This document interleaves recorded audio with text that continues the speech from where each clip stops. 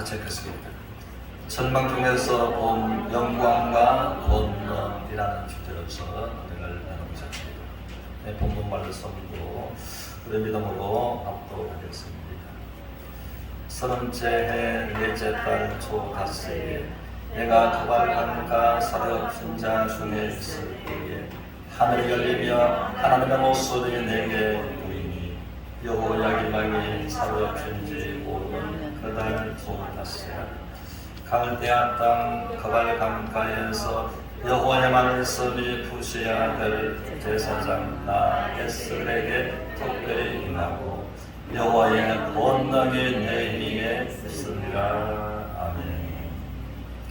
우리 본문을 말씀을 보면서 한 사람의 인생이 절망의 깊은 늪 속에 빠져서 스스로 헤어날 수 없는, 그러면 이 사람은 평생 남들이 부러워하는 그 직업이 보장되어 있던 사람이었습니다.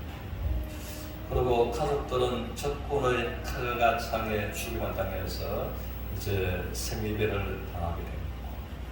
나라는 적군에게 짓밟혀서 나라가 빼앗겨버렸고, 그리고 그는 포로민 중에 이제 사로잡혀서 그 적국의 나라에 있어요. 그럼 우리가 가발강가에서 밤에 강불에 비치는 달빛을 바라보는 이 마음이야 무엇으로 어떻게 표현할 수가 있겠습니까? 그래서 이제 이 사람이 본문에서 소개되는 에스겔인데, 에스겔은 나라가 적국의 손에 들어가게 됩니다.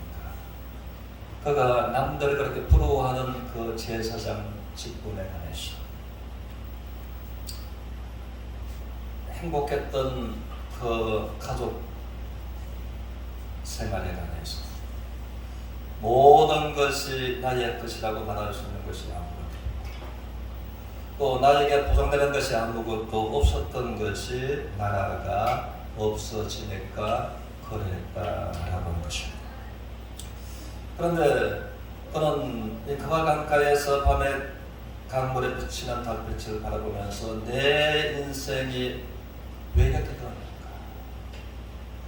우리 민족이 왜 이렇게 되었는가? 라는 것을 하나님 앞에 정말 마음으로서 부르짖고 기도했지 않았나라고 생각이 됩니다.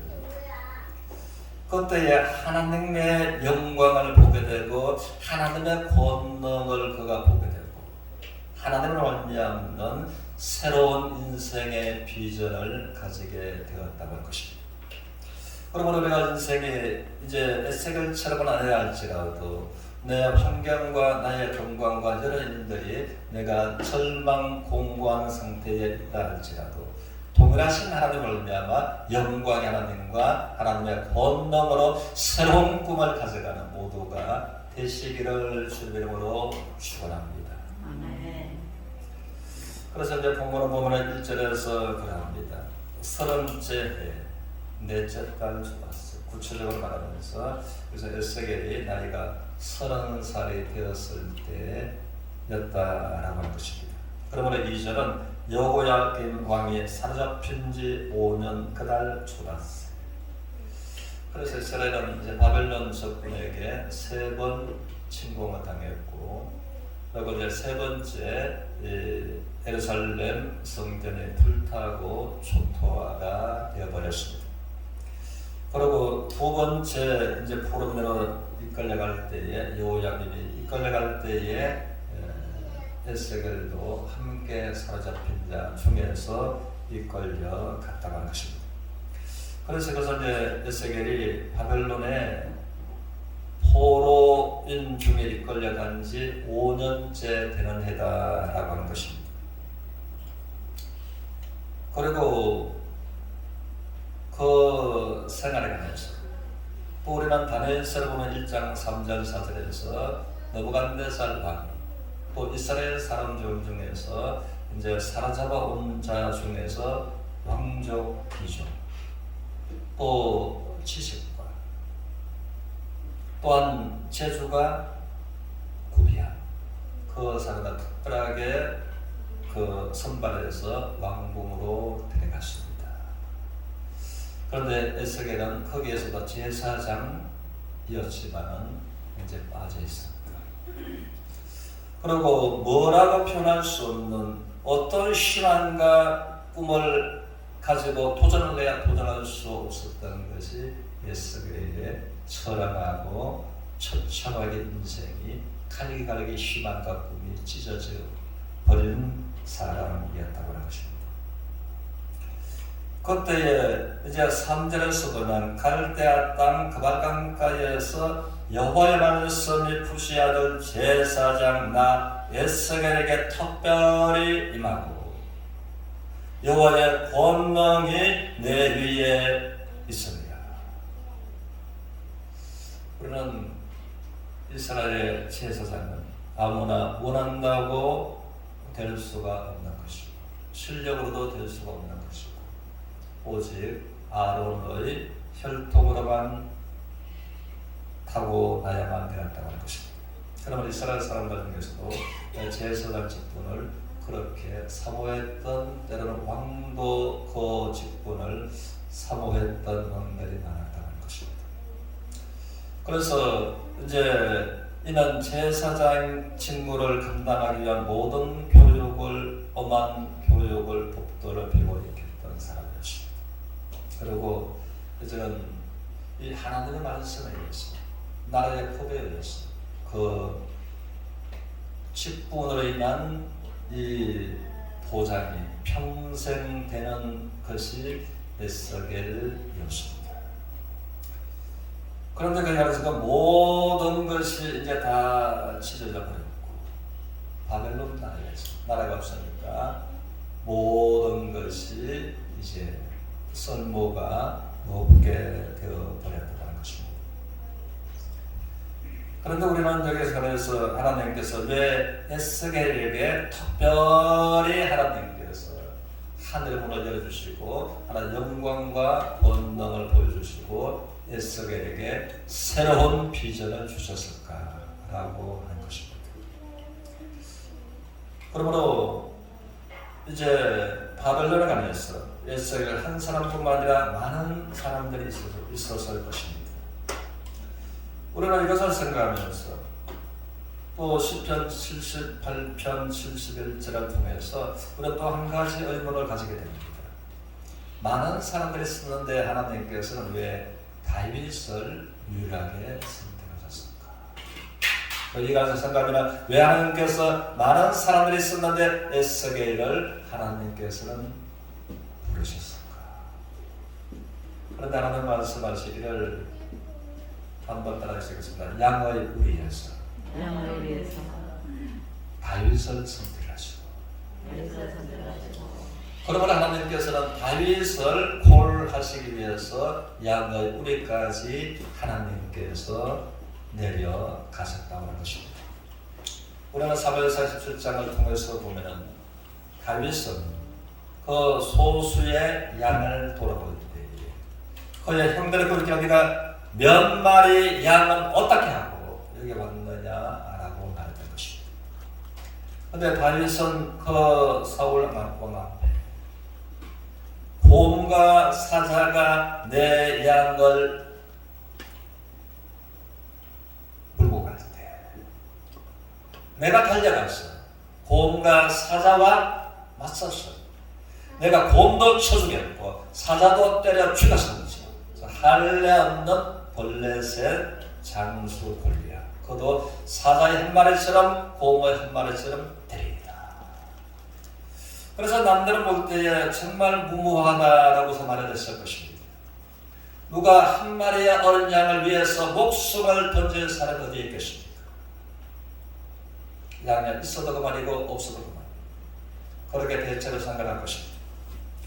그런데 다윗은 몇 마리의 양 중에서 그 어린 양을 곰에 와서 물었을 때 달려가서 목숨을 걸고 곰과 싸웠고 사자와 싸워서 곰도 사자도 하나님을 의지하면서 이제 쳐 죽이는 것입니다.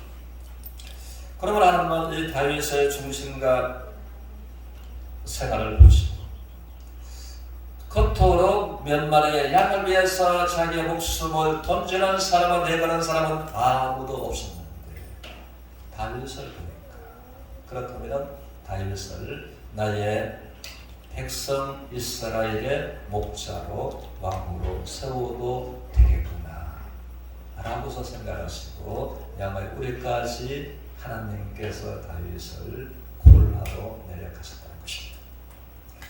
그러면 에스겔도 동일했다는 것입니다.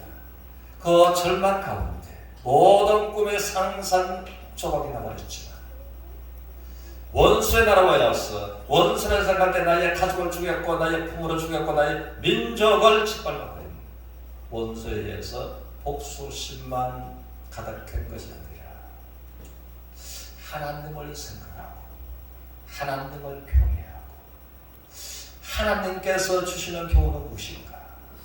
하나님은 이 상황을 우리나라의 처참한 이 상황을 어떻게 보십니까?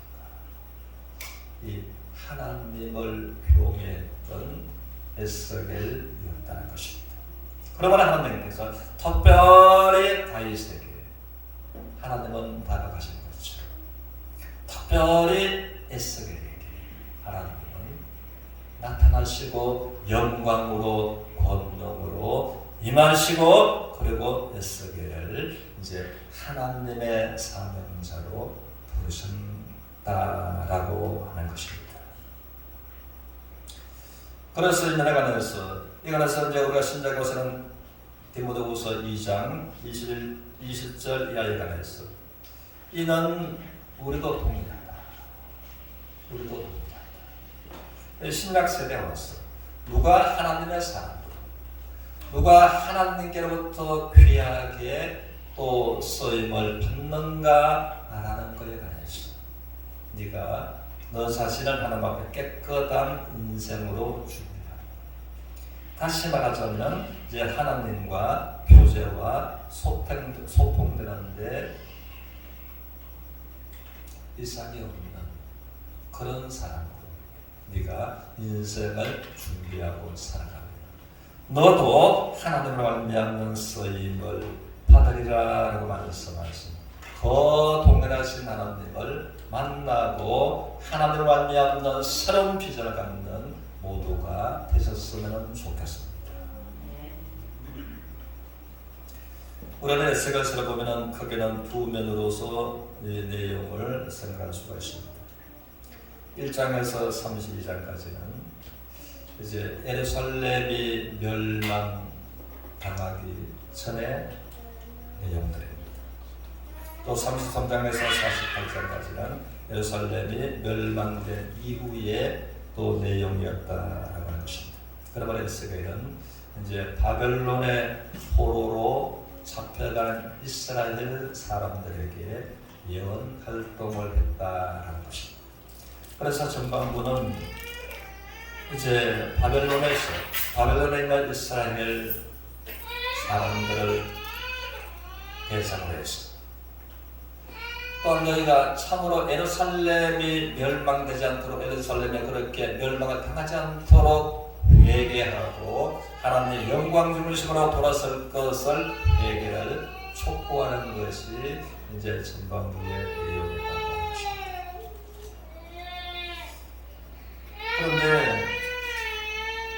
그러면서 이제 에스겔은 7장 우리가 15절을 보겠습니다.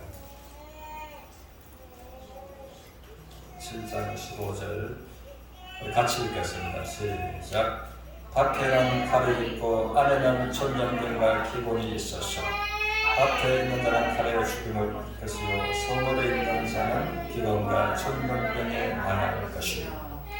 그러므로 너희가 회개하지 아니하며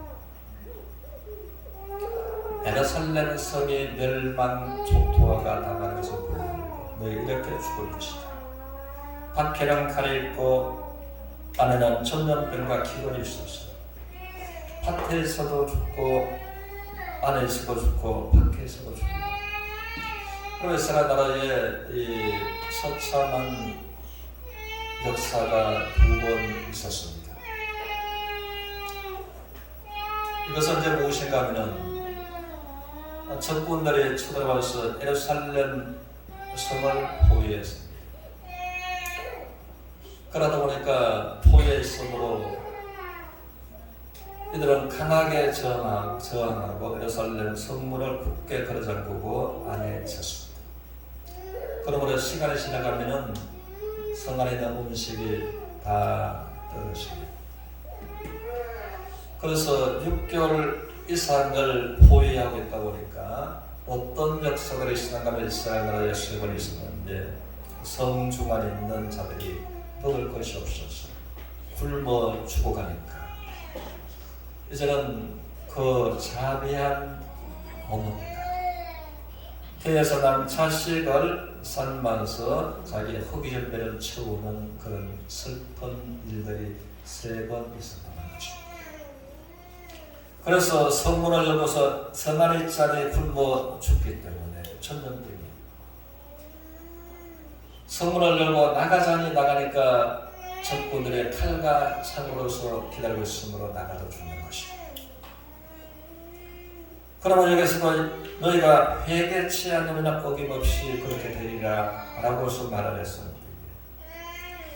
그때 이스라엘은 이제 에스겔의 말을 믿는 사람들이 없었습니다. 예레미야도 동일하게 말했지만 예레미야의 말을 듣는 사람이 없었습니다. 에스겔도 동일하게 예언을 했지만 이사야도 동일하게 말했지만 이사야의 말을 듣는 사람이 없었습니다. 너희가 무슨 말을 하느냐? 우리에게는 예루살렘이 있고 우리에게는 제사장이 있고 우리는 하나님의 성민입니다. 그런 말로 거기서 전혀 방어하지 않고 비판하고 또 마침내 이제 죽이는 데까지 이르게 되었다고 하는 것입니다.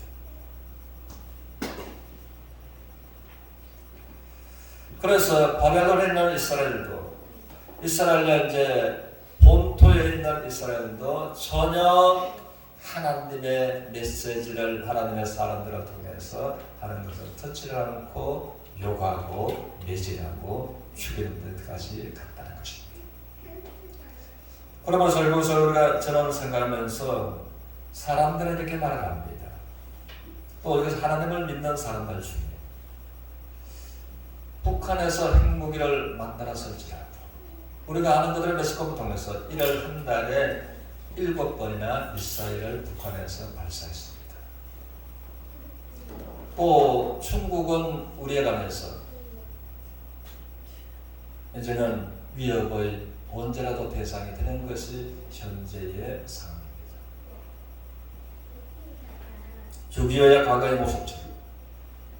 그런데 사람들은 말하기를 일본의 강대국을 할지라도 가까운 러시아가 그렇다 할지라도 중국이 그렇다 할지라도 북한에서 핵을 만들었다 할지라도 7번이나 발사했다 할지라도 대한민국에는 5만여 개의 교회가 있습니다. 기도하고 있는데 더 강대국보다도 강한 핵무기보다도 강한 5만여 개의 교회가 기도하는 기도의 무기가 있다라고 말합니다. 이것은 마치 우리에게 예루살렘이 있고 우리는 하나님의 백성입니다. 하나님의 율법이 있는데 어떻게 예루살렘 성전이 멸망하냐? 받아들일 수 없었고 용납할 수 없었고 그러므로 욕하고 매질하고 죽이는 것과 다른 바가 없었지 않느냐라고 하는 것을 우리가 생각지 않을 수가 없다는 것입니다. 그러므로 예레미야는 이렇게 슬픔 가운데 눈물을 흘리면서 말을 했습니다.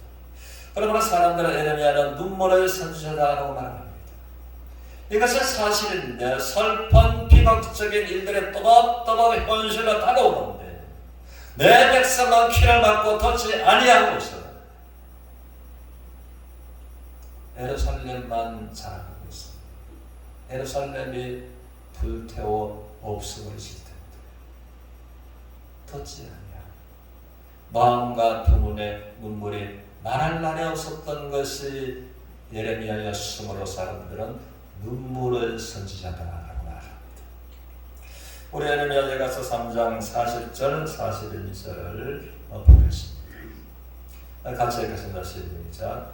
우리가 스스로 우리의 행위를 조사하고 여호와께로 돌아가자. 우리의 마음과 손을 아울러 하늘에 계신 하나님께 드리자.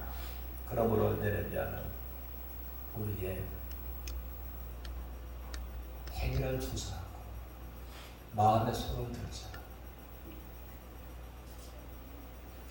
행위를 조사하는 것은 우리의 행동을 하나님 앞에 바른지 삐뚤어지는지, 내가 걸어가는 이 내 인생 발걸음, 걸어온 내 인생 걸음이 하나님 앞에 바른지 삐뚤어지는지 이것을 조사하고, 우리의 마음에 손을 들자 하는 것은, 이제는 손을 드는 것은 하나님 앞에 기도하는 것을 말하는 것입니다. 행위를 조사하고 마음에 손을 들고 마음을 찢고 하나님 앞에 기도하고 하나님께 돌아가라. 그렇게 하자라고서 외치는 것입니다.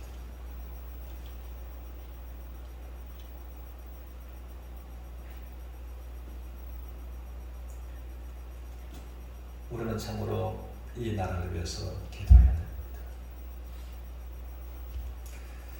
그리고 에스겔서에서 33장부터는 이제 예루살렘 성은 이스라엘 백성들이 회개하기를 거절합니다. 3차 침략 때 바벨론의 성전 완전 불태워지고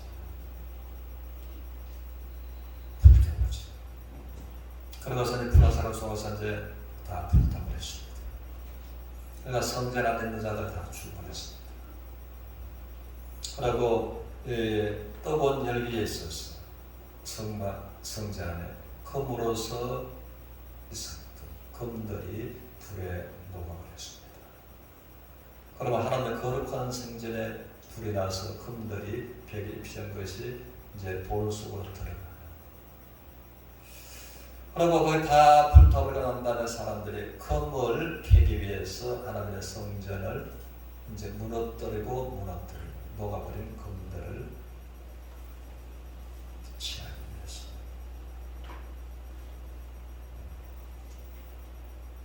그러므로 이것을 에스겔을 보면서 그 마음이 어땠을까요? 그러나 위로하신 하나님께서 이제 33장 이후에서 남아있는 바벨론에 있는 이스라엘 민족을 하나님께서 에스겔을 통해서 위로하시는 위로의 메시지, 위로하시는 위로의 메시지. 그리고 또한 하나님께서 예루살렘 성전 중심으로서 이스라엘을 회복하시겠다고 하신 소망의 메시지를 전하고 있다고 하는 것입니다. 그러므로 하나님께서는 자기 백성 사람이 금을 포기하지 않는 거죠. 그래서 예레미야 에가서 4장 1절에서 한번 따라서 읽겠습니다. 슬퍼다 황금이여 어찌 그리 빛을 비합니까. 그러므로 이스라엘을 황금에 비교하신 하나님께서 슬퍼다 어찌 그리 순금이 빛을 비합니까. 순금의 빛을 잃고 순금의 이물질이 끼우니까. 이런 것은 사람이 싫어하고 이물질은 싫어하지만 금은 좋아해요, 싫어해요? 금은 포기할 수 있어요? 금은 포기할 수 없으므로 이제 이물질을 빼기 위해서 금이 이제 풀무의 시련이 필요한 거죠. 다시 빛을 이제 금빛으로 본래의 색으로서 이제 입혀 주야만 돼요. 그러면 사람이 금을 포기할 수 없는 것이요. 그러므로 순금에 비유해서 하나님만 선하시기를 슬퍼다. 순금이 어찌 그리 빛이 어찌 그리 이물질이 끼어요. 그러나 사람의 금을 포기할 수 없는 것처럼 하나님도 자기 백성들을 포기할 수 없으셨어요. 순금이 순금되게 바벨론은 그 순금의 이물질이 낀 것을 이제 분리시키는 풀무의 도가니와 같은 것이었습니다. 그래서 바벨론의 그 70년 시련을 통해서 이스라엘이 새롭게 하나님의 영광 중심으로서 그 금이 새롭게 제 모습을 드러내는 그 과정을 말하는 것입니다. 그래서 하나님께서는 이제 말씀하시기를 그 세월이 얼마나 갔나냐면 48장은 에스겔이 바벨론에 사로잡혀 간 지 25년이 되기 때문에 그것을 보면 이스라엘 백성들이 정말 회개하고 하나님의 영광 중심으로 돌아서는데 많은 시간들이 걸렸다는 것입니다. 그래서 에스겔을 통해서는 이제 바벨론에 있는 자들이 너희가 왜 바벨론에 와 있는지, 예루살렘이 왜 그렇게 초토화 되었는지, 언제 하나님께서 너희를 긍휼히 여기시고 너희에게 소망과 회복을 허락하시는지. 그래서 이제 에스겔서 43장 1절에서 5절을 보면 한번 따라주겠습니다. 하나님의 영광이 예루살렘으로 돌아가고 하나님의 영광 예루살렘에 충만하다. 그것을 보여주시고, 그리고 하나님께서 이스라엘 백성들을 새롭게 하시고 예루살렘 중심으로서 하나님 앞에 예배드리게 축복하시고 회복하시는 것을 보여주셨습니다. 이것은 하나님의 영광이 예루살렘으로 들어가고 하나님의 영광이 예루살렘으로 충만했다라고 하는 것은 이스라엘 백성들이 하나님의 영광에서 멀어져 있었는데 하나님의 영광을 회복하는 이스라엘이 되는 것과 이스라엘을 통해서 하나님의 영광이 충만한 삶을 원했고 사모했고 그렇게 되는 이스라엘을 아울러 말해주고 있다는 것입니다. 그래서 에스겔서를 통해서 보면 하나님 말씀하시 한번 따라하시겠습니다. 하나님의 영광이 예루살렘에 충만하다. 하나님의 영광이 예루살렘 문지방에 있다. 하나님의 영광이 예루살렘 뜰에 있다. 그러므로 이제 생각해야 되는 것을 에스겔에서 보면서 말한 것입니다. 하나님의 영광이 예루살렘에 충만한 겁니다. 문지방에 있습니다. 하나님의 영광이 예루살렘 뜰에 있습니다. 점점 예루살렘 중에서 벗어나 떠나가시는 하나님의 영광. 한번 따라하시겠습니다. 하나님의 영광이 예루살렘을 떠나니라. 그랬을 때에 예루살렘이 버려졌습니다. 그랬을 때에 예루살렘을 자랑했던 예루살렘 중심으로서 자부심을 가졌던 그 예루살렘이 하나님의 영광이 떠나니까 불타버렸고 초토화가 됐고 짓밟아졌고 또 백성들은 사잡혀가고서 죽임을 당하고 뿔뿔이 흩어지게 되었다는 것입니다. 그래서 너희가 왜 여기 와 있는지, 너희 예루살렘 중심으로 자랑하던 예루살렘 너희 유다 민족이 왜 그렇게 되었는지 그것을 말해줍니다. 그리고 언제 하나님께서 너희들을 불쌍히 여시고 회복하셨는지, 너희가 예배 중심으로 하나님의 영광 중심으로 회복하고 돌아섰을 때 그때 하나님의 영광이 예루살렘을 향해서 들어가고 하나님의 영광이 예루살렘에 충만할 때 그때에 너희가 새롭게 되고 예루살렘 중심으로 하나님 중심으로 예배와 영광을 돌리는 삶이 될 것이다 라고서 말씀하시고 보여주시는 것이라는 것입니다. 그러므로 이것은 문자적인 예루살렘이 있고 의미적인 예루살렘이 있습니다. 우리가 의미적인 예루살렘은 우리의 마음에 내 개인적으로 내가 건강이든 경제든 또 다른 문제든 내 인생에 소망, 꿈이 산산조각이 나고 내 인생이 절망 같은 깊은 절망의 늪에 빠져있구나. 이것이 의미적인 처참한 예루살렘이 되기도 하는 것입니다. 그러므로 그 같은 때에 하나님은 우리에 대해서 내 영광을 위하여 창조자들을 오게 하라라고 말씀하신 말씀처럼 하나님은 결코 우리를 십자가에서 구속하신 하나님의 은혜와 사랑을 우리에게 거두지 않으시고 포기하지 아니하십니다. 우리가 금을 포기할 수 없는 것처럼 그러나 금과 이 물질을 함께 소중히 여기는 사람은 없는 것처럼 그러므로 우리가 하나님의 영광 중심으로 하나님의 예배 중심으로 돌아서고 회개하고 일어날 때 나를 새롭게 하시고 내 가정을 새롭게 하시고 대한민국의 5만역의 교 중심으로 이 민족을 새롭게 하실 하나님을 바라보고서 우리가 우리의 행위를 조사하고 하나님께 기도하고 마음에 두 손을 들고 영광 중심으로 나아가는 서로가 되시기를 주님 이름으로 축원합니다.